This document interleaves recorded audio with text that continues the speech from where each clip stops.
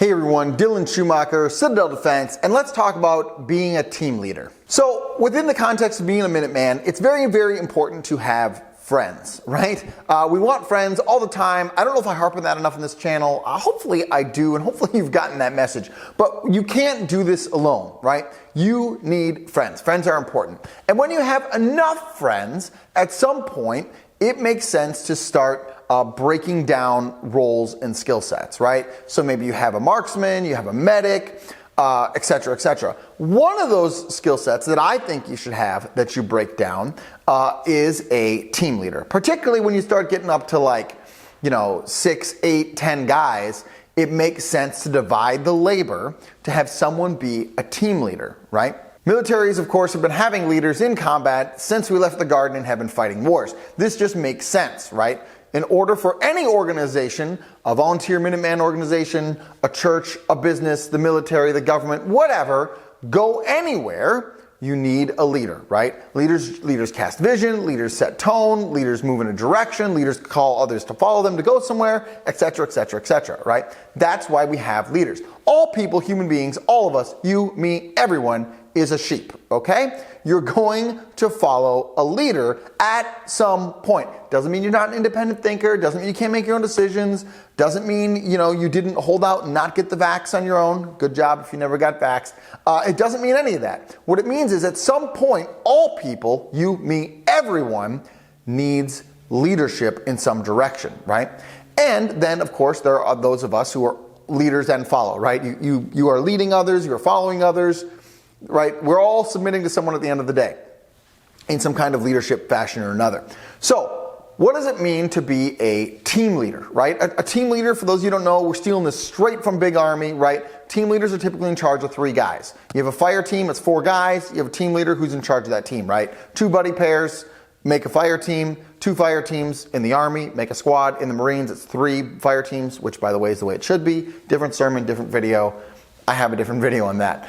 So we're talking about the qualities of what does it mean to be a team leader.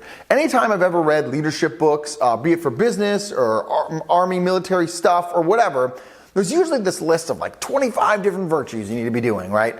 And I always am just like, who can memorize all these? So this is my personal take on what it means to be a fire team leader, right? And it's just 3 things. I try to keep it as simple as possible. So of those 3 qualities, I try to keep them as simple as possible, right? And the first one is everything your team does or fails to do is your responsibility. And that just kind of sets the tone, right? Well, your team did well, good job, good on you. Well, your team didn't do this, right? Well, that's on you. Why? Well, maybe you didn't communicate it. Maybe they just didn't perform to standard. Maybe something else, whatever. I don't know. Now, again, we're talking about Minuteman teams. It's a volunteer organization, right? You can't fire anybody. You're not directly in control of their lives the way they are in the military, so it's a little bit different. But again, I think the principle still applies. You are here to make sure the team performs to standard. Whatever your mutual agreed upon larger team standard is, for whatever task it is that you're doing, it's your job, the team leader, to be responsible for that and make sure it happens, right? This doesn't mean you're probably being a drill sergeant yelling at people, because if you do that, again, probably not going to work too well in a volunteer organization. But it does mean that you are taking responsibility for the success or failure of the team. Okay? It's really that simple. And I think you accomplish that by doing 2 things. The first one is being I think we used to call this servant-hearted leadership. Maybe that's fallen out of fashion now. I don't know. But my point being that leaders eat last, right? So you're making sure they're taken care of before you take care of yourself. You're going around making sure everybody's tacked, reloaded, getting lace reports, making sure people have water. If they're out of ammo, you're going to give them one off your own kit, right? You're making sure everyone's being taken care of here before you get taken care of, right? Make sure everyone's socks are changed before you're swapping yours, etc., right? This is the kind of thing that you need to be doing. You need to be making sure that your guys come first, your guys get taken care of first, right? And this can be practiced on any and every training exercise that you ever do, right? If you haven't gotten a copy of Minuteman 201 yet, you should do that. It talks about training rotations. But you can practice all these leadership skills when you go on those training rotations, right? And the third one, the last one, is be an example, right? So I'm here to perform to standard, to be the example. If I want my guys to be hitting an 8-inch circle at 7 yards with 5 rounds in a second and a half or less, well, I better be able to do that, right? It doesn't mean I need to be the best shooter, right? It doesn't mean that there won't be guys on my team who can shoot better than me. You better hope there are. It doesn't mean that you're the fastest runner.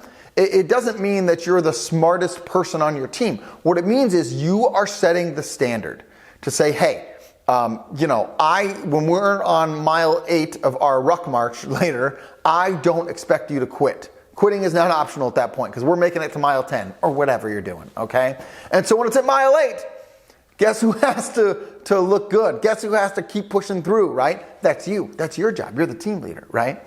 Or when you're doing a big fire maneuver drill over a couple hundred yards and everyone's super tired and just running, just dragging, well, guess who has to keep going? You do, because you're the team leader, right? And if you quit, if you throw in the towel at any point and you say, that's good enough, well, it gives everyone else the excuse to say, yeah, I guess so.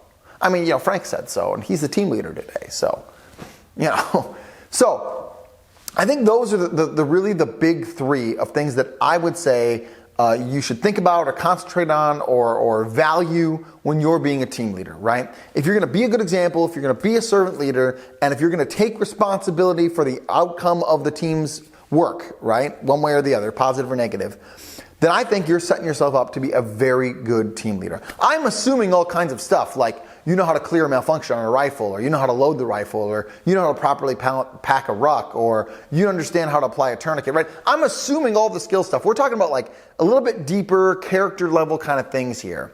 And I hope those things are helpful. They give you something to think about. And I hope it helps you be a better team leader because you got lots of friends. And who knows, we might need you to be a good team leader someday.